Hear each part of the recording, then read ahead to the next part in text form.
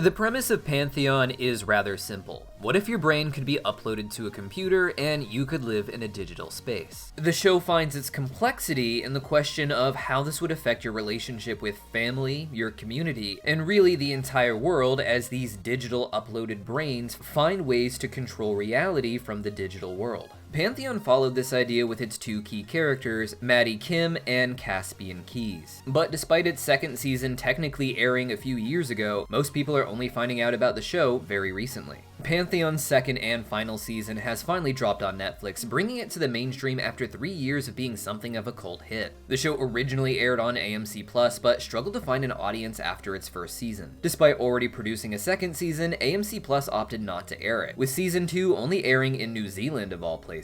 With season 1 and now season 2 making it to Netflix, however, the interest in the show has reached a new level, but there is also a lot of confusion about its epic but complicated ending, so let's break it down. Maddie starts the show as a teenage girl mourning the recent death of her father, only to learn that his brain has been scanned into the digital world, where he is now watching over her and haunting her school bullies. The show is largely about Maddie's relationship with her digital father, whether or not he is truly her dad or just some shadow of him, and their attempts to find a balance between humans and the growing number of uploaded intelligences who threaten their way of life. Caspian, meanwhile, is not just any normal teenage boy, but actually the clone of Pantheon's version of Steve Jobs crossed with Bill Gates. This character is known as Stephen Holstrom, who is responsible for large leaps forward in human technology and his early work on how human brains could be uploaded digitally. But this wasn't completed before he was near his death. With that in mind, clones were made to continue his work, such as Caspian, with Holstrom's company Logarithm paying actors to help recreate Stephen Holstrom's life as identically as possible, leading to Caspian developing much in the same way as Stephen and becoming an equal genius to him. Maddie and Caspian start rather distant, but the journey of the series is the two slowly coming together across season 1 and now season 2,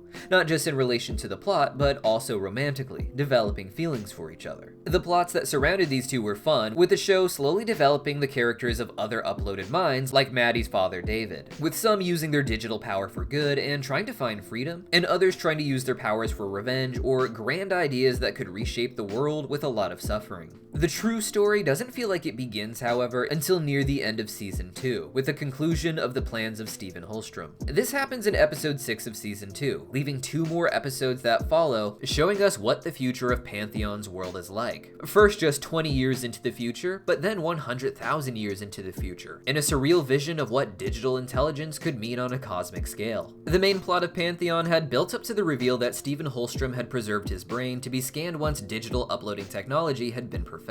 And once that happens and his brain has been scanned, he devises a scheme to bring about mass amounts of death through tainted vaccines. This would lead to a large desire for dying humans to be digitally uploaded, letting them continue to exist in some way despite having to die tragically early. With sudden mass deaths, Holstrom believed that the people would embrace uploaded intelligence instead of trying to reject them and slow down their progress. The climax of the situation was Caspian scanning his brain and entering the digital space where he can defeat Holstrom by merging their codes together, leading to them both being deleted and the vaccines being destroyed before reaching the public. Before the episode ends and before we get to see what happens after his death, however, Caspian is suddenly revived and informed that he has been dead for 20 years, and that his remaining code has now been revived because he is believed to be the only one who can help uploaded intelligences and humans reach a peace agreement. Until this point, the show had been dealing with the immediate fallout of what uploaded intelligences could do, leading to quick acts of terror and war. But in these final 2 episodes, the audience gets to accompany Caspian on a tour of what the future world would look like with upload intelligence guiding it. To avoid the issues of humans coexisting alongside the digital versions of themselves, the show made it so that digital intelligence could only simulate a human brain by scanning each individual neuron as it's firing. This means that the only way to scan a brain is to kill a human by destroying their brain one piece at a time while copying its data. This helps obscure the issue to whether or not a digital copy of someone can be that same person, as the only way for this digital version to exist is for the physical version to die. With that in mind, the world embraces the idea that this digital version of you is in fact a continuation of you, with the later episodes eventually confirming this in very surreal ways. Despite Holstrom's plans to force the world to accept UI through mass death, the people just embraced UI because of its inherent benefits. And that is okay. As jarring as it is for Caspian to see after being dead for 20 years, his goal was never to stop UI development, but rather the goal was just to stop the senseless death that Holstrom believed would lead to the world embracing UI.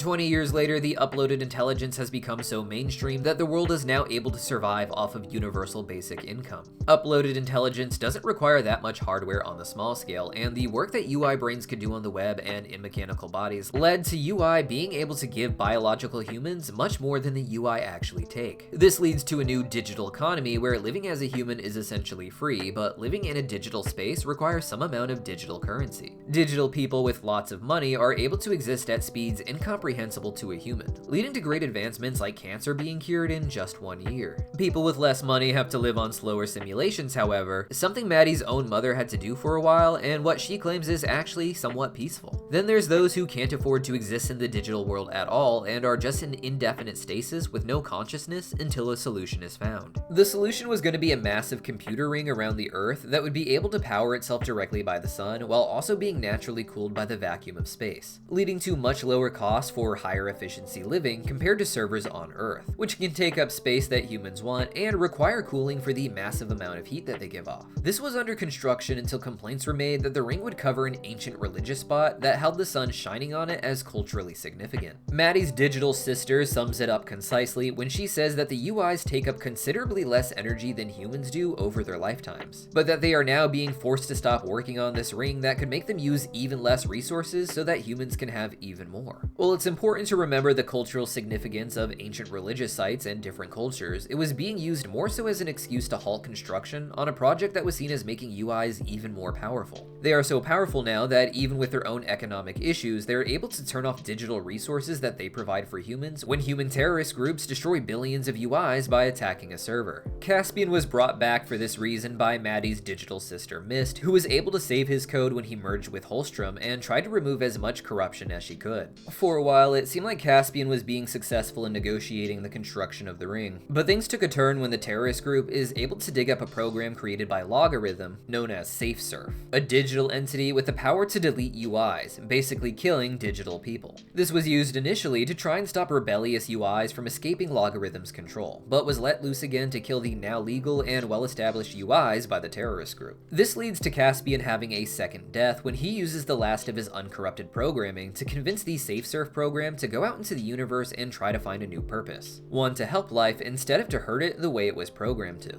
It made sense that Caspian would be the one to do this, as he is something like the program himself, something created by the humans to carry out a certain function, but who eventually turned things around on those people by deciding that he was in charge of his own destiny and deciding to do something great with it. Unfortunately, however, Caspian wasn't the only person to die in this conflict with SafeSurf and the terrorists. While learning about the way the world has changed since Caspian's death, we also learned that Caspian had left Maddie pregnant before dying. This meant that Caspian was meeting not just a much older Maddie, but his son he didn't know he had, one who had technically grown a few years older than what Caspian had experienced both biologically and digitally. Maddie named his son Dave after her father David, and despite being a large part of the peace established between UIs and humans, she doesn't want her son uploading his brain to the digital space. In another year, the young Dave could have the choice for himself to upload his brain, but thanks to the terrorist attack, Dave dies before his brain can be scanned, and Maddie ends up losing the son she was trying so hard to protect. This was another crazy conclusion to the story, but once again, the show doesn't actually end here. Before we flash again to an even deeper future, Caspian's dying self claims that in over 100,000 years in the future, he, Maddie, and their son Dave all exist together. And of course, it's this very future that we explore in the second half of the finale in episode 8. 100,000 years in the future, Maddie has not just allowed her brain to be digitally scanned, but has created a large machine around a distant star that powers a multiverse simulating program. Using the epigenetic memory of all of humanity, she has begun constructing universes where those humans are recreated and given free will. In these simulations, Maddie hopes to create a simulated universe that is similar to hers. She explains that it's not as simple as just creating the base settings, as the characters have something like free will in her simulations, even if they are modeled after real people. Since they have the power of choice, the only way Maddie can get things to be similar enough to her own timeline is to purposely meddle with the events from outside. This means purposely giving the powers to bad groups and people like Logarithm and Stephen Holstrom, creating a lot of tragedy for the world and Maddie and Caspian in particular. The goal of this is not to prevent the deaths of Caspian and her son at the last minute, but rather to recreate those moments exactly as they happened and then bring them back to life afterwards. This allows her to make up for her mistake of not letting Dave digitally upload himself, in a scenario where Dave doesn't just forget he died, but gets gets to appreciate the depth of what happened to him, his mother's fault in it, and the lengths she'd go to in order to restore him in some way. From how I've written this review so far, it may feel like Maddie's decision to do this is ultimately pointless, as her real son is dead and not experiencing this. But the show is of course about how these digital versions of ourselves are in fact just an extension of ourselves. When the show started, Maddie was okay with her father being digitally uploaded, wanting to believe that it was in fact her real father. And by the end of the series, we get the confirmation that these recreations of him, on every level, are still somehow connected to that real person. The reveal that Maddie would build a universe simulating machine and become a god to these fake realities may seem rather crazy as it's happening, but when you go back and watch these episodes leading up to the last flash forward, there are hints that our characters are already in some sort of digital reality that the future version of Maddie is also guiding. The earliest evidence for this was in episode 7, after Caspian had been revived and seen what the world had become in his 20-year absence. After returning to his private server, he is visited by Maddie's father David, who not only had been deleted already, but who had what little programming that remained turned into a digital daughter named Mist. He should not be able to exist, let alone visit Caspian here, and yet he does without setting off the alarms of his digital daughter, who claims no one else should be able to reach Caspian there. Here, David explains that he exists in something bigger than what Caspian and the others are ready to comprehend. David encourages Caspian to make choices that seem morally aligned with what everyone in the show would want, but of course this choice just leads to the death of Caspian and the death of his and Maddie's son, the namesake for David himself. In episode 8, we see this Dave return again alongside an adult Maddie, as they watch the anti-tech terrorists try to unleash the SafeSurf program that will try to destroy all the uploaded intelligences before Caspian sacrifices himself to stop it. In this scene, David says he wants to interfere, to stop what is going to happen, but Maddie says that it has to happen this way. This was not the 20 years later Maddie, but actually the Maddie of 100,000 years in the future, entering this universe with David to manipulate the direction it needs to go, creating something of an endless loop. Within each of the successful universes created, there is branching timelines where one version of Maddie had to fix everything, and another version has to go create her own multiverse to try and make that fixing possible. The universe we see in the show is just one of these universes, another universe Maddie was already manipulating to bring about the same ending as hers. This is eventually revealed not just to be Maddie's plan, however, but the plan of an even greater being, the eventual identity of what SafeSurf becomes. SafeSurf was an advanced program meant to destroy the UIs, but he was able to take control of his own programming on Caspian's encouragement before going off to the universe to try and help life instead of destroy it. This simple choice led to SafeSurf developing far beyond the humans and uploaded intelligences, even with Maddie's multiverse technology. When Maddie is able to revive Caspian and finally ask him how he knew about the 100,000 years in the future, Caspian reveals that it was because of SafeSurf itself, sending some sort of message from their own future. Caspian and Maddie end up meeting what SafeSurf becomes, a council of godlike beings 43 million years in the future, who have created what they call an observation point that contains all other observation points before it. The implication here is that these aren't multiverse simulators, but multiverse editors, tools that look like they create simulations, but actually tap you directly into the universe by creating something exactly like it. Just like creating a digital person in the show, creating an entire digital world just connects you to that real world in a digital form. These identities the characters have in the multiverse are just memory pasting points that allow what we think of as souls to simply communicate with the universe. And that can be done with a biological machine or a mechanical one, both just accessing the same information in a different way. This is why SafeSurf refers to what they and Maddie are doing as observances and not simulations, showing that the technology allows them to actually observe the past and interact with it as opposed to just simulating it. In the end, Maddie herself is something of a tool being guided by that much later observation event from SafeSurf, with SafeSurf explaining that from the distant future that Maddie had created, he had seen Maddie's own potential and guided her towards not just creating the opportunity for him to exist in the way that he does, but for her to become the greatest version of herself, something akin to a god like SafeSurf had become.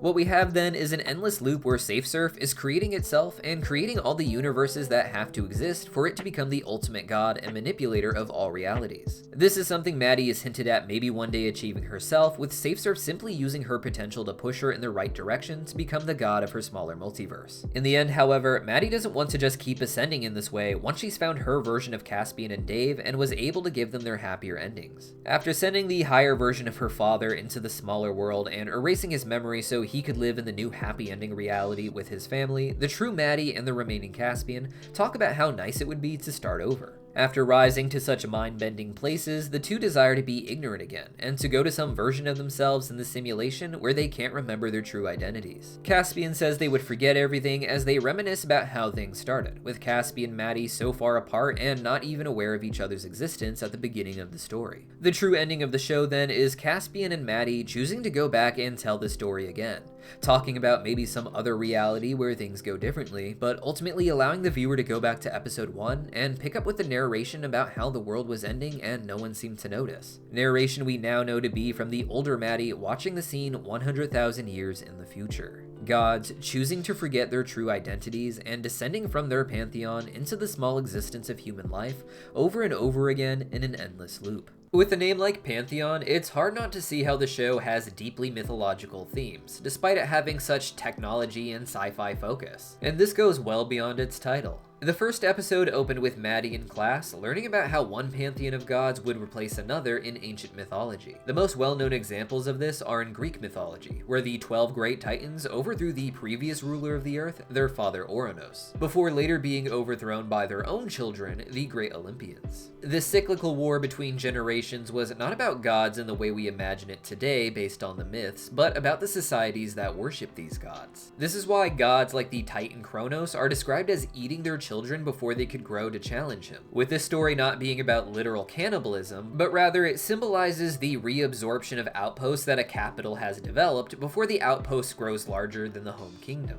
In Pantheon, it is the humans themselves who are the current generation of gods, the ones who control the world and seemingly rule its destiny. But already, the show implies that their time is up and that the new gods, the uploaded intelligence, will be taking over. Maddie emphasizes this with her opening monologue, where she discusses how no one else noticed the moment where the world ended, where the first UI, her father, began to start unintentionally pulling apart at the world. In episode 4 and 8, we also get titles reflecting the idea of the uploaded intelligences being the new gods of the world. First with the title The Gods Will Not Be Chained in episode 4, and then the title The Gods Will Not Be Slain in episode 8. In both cases, these are references to the uploaded intelligences, who Algorithm and others have tried to chain down to be their tools before later trying to kill the rogue UI so that they can't take over. The most interesting use of a mythologically inspired title, however, is episode 7 of season 2 called The World to Come, a very important term in Judaism, or in Hebrew, Olam Haba. There are two uses for this term, one which is for the afterlife, or the world to come when we die, and the other is the world to come after what we think of as the apocalypse, or the end times. A new era where the world is ruled in Jewish tradition by their Messiah in a time of peace. This episode comes right after one titled Apocalypsis, or Apocalypse, which is the term we associate with the end of the world, despite its original meaning simply being revelation.